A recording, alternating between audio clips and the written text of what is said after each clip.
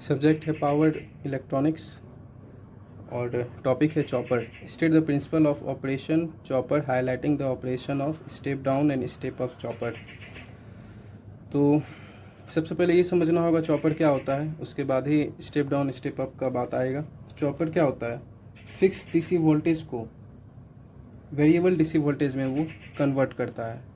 तो जैसे कि हम लोग ट्रांसफार्मर में देखे हैं, ट्रांसफार्मर एसी कंडीशन में काम करता है। वो क्या करता है? हाई वोल्टेज को लो वोल्टेज में चेंज करता है या लो वोल्टेज को हाई वोल्टेज में चेंज करता है। किस में? एसी कंडीशन में। सेम उसी प्रकार से चॉपर जो है वो भी हाई वोल्टेज को लो वोल्टेज में कन्वर्ट करता है और लो वोल्टेज को हाई वोल्टेज में कन्वर्ट करता है in DC condition, DC voltage में।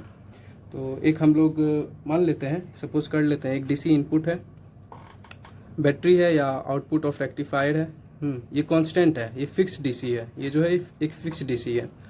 और इस फिक्स डीसी को हम लोग को चेंज करना है वेरिएबल ऑफ वोल्टेज में अपने यूज़ के हिसाब से। मान लेते हैं फिक्स डीसी 100 वोल्ट है और मान लेते हैं कि हमको एक 0.5 वोल्ट का हमको एक बल्ब चलाना है।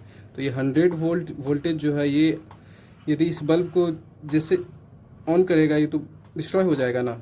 इसलिए हम लोग को क्या चाहिए? Control the level of DC voltage. तो इसलिए हम लोग को चॉपर का यूज़ पड़ा। तो क्या लिखा हुआ है? डीसी इनपुट वोल्टेज और डीसी इनपुट बैटरी और output of rectifier, so the output of this is fix DC. इसके विषय में ही लिखा हुआ है। हम लोग का एम क्या है? Aim is to control the level of voltage like in AC. हम लोग जैसे कि एसी में देखे हैं, we use transformer to step up and step down voltage, but if you want to control the level of DC voltage we use chopper. ठीक है। अब DC chopper is use to modulate the parameter of DC voltage. Modulate हम लोग communication system में भी पढ़े हैं। Modulation वो लो फ्रीक्वेंसी को हाई फ्रीक्वेंसी में चेंज करता है, मदद करता है। तो उसी प्रकार से डीसी वोल्टेज भी जो है वो मॉड्यूलेट करता है डीसी वोल्टेज को।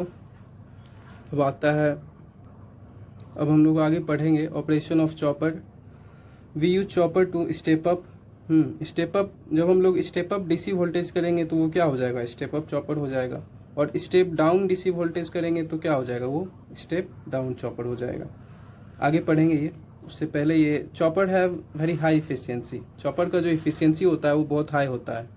अब हम लोग एक कुछ एज्यूम करते हैं, अगर हम लोग चॉपर यूज़ नहीं करते हैं तो क्या हम लोग वोल्टेज का लेवल को कंट्रोल नहीं कर पाएंगे? बिल्कुल कर सकते हैं, क्यों नहीं कर सकते हैं, लेकिन उसका इफिशियंसी लो हो जाएगा, इसलिए हम लोग चॉपर का यूज़ करते हैं। अच्छा, हम लोग देखते हैं जब हम लोग चॉपर यूज़ नहीं करते हैं तब किस तरह से हम लोग कंट्रोल कर सकते हैं लेवल ऑफ वोल्टेज। तो सपोज कर लेते हैं एक फिक्स डीसी वोल्टेज है 120 वोल्ट का and we want to 60 volt at output load without chopper. हम लोग बिना चॉपर के यूज़ किए इसको कन्वर्ट कर रहे हैं। हम लोग के पास फिक्स्ड डीसी वोल्टेज है 120 वोल्ट और हमको आउटपुट डिजायर्ड वैल्यू कितना चाहिए? 60 वोल्ट चाहिए लोड के पास। लोड मान लेते हैं एक फ़ैन है या कुछ भी है।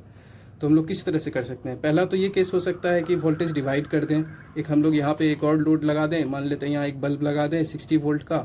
तो अब क्या हो जाएगा? 120 वोल्ट 60 में डिवाइड हो जाएगा। 60 वोल्ट इस बल्ब के पास आ जाएगा और रेस्ट जो 60 है वो इस फ़ैन के पास, मान लेते हैं लोड फैन है या कुछ भी, तो ये 60 के पास आ जाएगा। एक तो ये हो गया, हमको जो डिज़ायर्ड वैल्यू हमको चाहिए था 60 वोल्ट वो हमको मिल गया। तो वही चीज़ें लिखे हैं, जैसे 120 वोल्ट हम लोग लिए थे, और मान लेते हैं यहाँ एक लोड 1 है, एक लोड 2 है। हमको लोड 2 के पास क्या चाहिए? 60 वोल्ट चाहिए। और ये क्या है? सीरीज़ में है।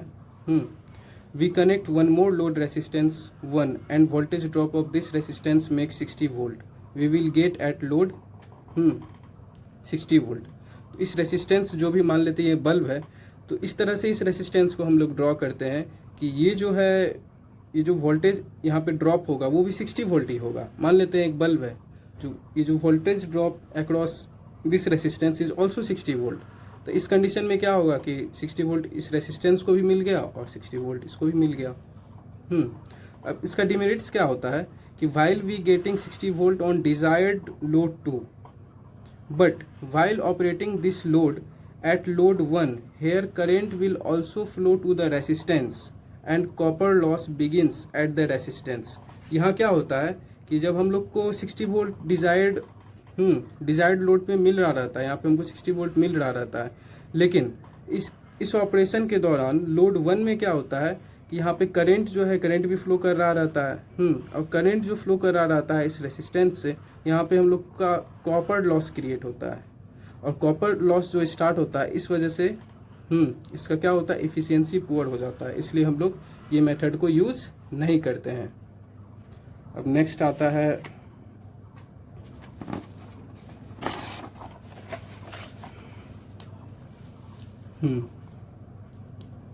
तो इफ़िशियंसी से हम लोग क्या समझते हैं? इफ़िशियंसी से सिंपली ये हम लोग समझते हैं उसका जो आउटपुट और इनपुट का जो रेशियो है वो क्या आता है। जैसे इस केस में if you want to have low voltage and in this process we make high losses. यहाँ हाई लॉसेस क्यों हो रहा है? उस कॉपर लॉस के स्टार्ट होने की वजह से। और यहाँ पे हम लोग देखें कि एफिशिएंसी इसका लो हो जाता है, इसलिए इसको तो हम लोग यूज़ करेंगे नहीं। और मेथड टू में क्या है, मान लेते हैं हम लोग स्टार्टिंग में 120 वोल्ट था ये। अब इस 120 वोल्ट को हम सबसे पहले एसी में चेंज करते हैं, डीसी को एसी में चेंज करते हैं। कौन से इंस्ट्रूमेंट से? इन्वर्टर से चेंज करते हैं। अब फिर से इस एसी को हम लोग क्या करते हैं, ट्रांसफार्मर के थ्रू स्टेप डाउन कर देते हैं। ठीक है, ट्रांसफार्मर के थ्रू मान लेते हैं इस 120 वोल्ट था और ये मान लेते हैं 150 वोल्ट है। ठीक है, अब इस 150 वोल्ट को हम लोग फिर स्टेप डाउन कर देते हैं, मान लेते हैं ये 90 वोल्ट में हम लोग चेंज कर दिए। अब फिर से ये 90 वोल्ट को रेक्टिफायर के थ्रू फिर से हम लोग इसको डीसी में चेंज कर देते हैं। ये हमको 60 वोल्ट दे देता है। ये एक एजम्पशन है। तो इसमें बहुत सारा प्रोसेस, इसमें तीन प्रोसेस हो रहा है। सबसे पहले तो हम लोग डीसी को एसी में चेंज किए इन्वर्टर के थ्रू, फिर एसी को हम लोग फिर से एसी में चेंज किए स्टेप डाउन ट्रांसफार्मर के थ्रू, और फिर ये जो एसी आया इसको फिर से हम लोग डीसी में चेंज किए रेक्टिफायर के थ्रू। तो ये जो प्रोसेस है ये थोड़ा लेंदी हो जाता है और ऐसे भी देखने से लगता है इसका एफिशिएंसी जो है वो लो हो जाएगा। तो इस प्रकार से हम लोग देखें इस दोनों मेथड में हमको डिजायर्ड वोल्टेज तो प्राप्त हुआ लेकिन उसका एफिशिएंसी लॉस हो गया, लो हो गया। तो इसलिए हम लोग चॉपर का यूज़ करते हैं। चॉपर का एफिशिएंसी जो होता है वो हाई होता है। अब यहाँ पे एक बात आता है, चॉपर में in chopper we use power semiconductor devices. हम लोग पावर इलेक्ट्रॉनिक्स पढ़ रहे हैं तो पावर सेमीकंडक्टर डिवाइसेस ही हम लोग यूज़ कर रहे हैं, जैसे मॉसफेट है, जीटीओ है, फोर्स कम्यूटेटेड एससीआर। अब ये फोर्स कम्यूटेटेड एससीआर क्या है? एससीआर क्या होता है? एक अनकंट्रोल्ड डिवाइस होता है जिसके पास क्या होता है, कैपेबिलिटी होता है ऑन करने का, लेकिन ऑफ करने का कैपेबिलिटी उसके पास नहीं होता है। और एससीआर का क्या होता है, हाई रेटिंग होता है। तो हम लोग एससीआर यूज़ करते हैं। लेकिन अब ये फोर्स कम्यूटेटेड एससीआर क्या है? We use force commutated HCR in chopper as switching. हम लोग स्विचिंग की तरह यूज़ करते हैं। SCR has no concept of commutation. SCR में जो होता है कम्यूटेशन का किसी भी तरह का बात नहीं होता है। कम्यूटेशन सिंपली ऐसे समझ सकते हैं, to turn off the devices. तो हम लोग जो इसमें एससीआर यूज़ करेंगे, यानी कि चॉपर में जो हम लोग एससीआर यूज़ करेंगे, तो उसमें हम लोग को क्या चाहिए, कंट्रोल्ड एससीआर चाहिए। लेकिन एससीआर तो अनकंट्रोल्ड होता है। तो इस एससीआर को अनकंट्रोल से कंट्रोल बनाने के लिए हम लोग फोर्स कम्यूटेटेड सर्किट का यूज़ करते हैं। इसको डिज़ाइन किया जाता है ताकि एससीआर जो है, एक स्विच का जो काम कर रहा है वो ऑफ भी हो। तो SCR can be turn on but not off, so we use appropriate commutation circuit to make control switch that is also turned off using force commutated SCR. Next,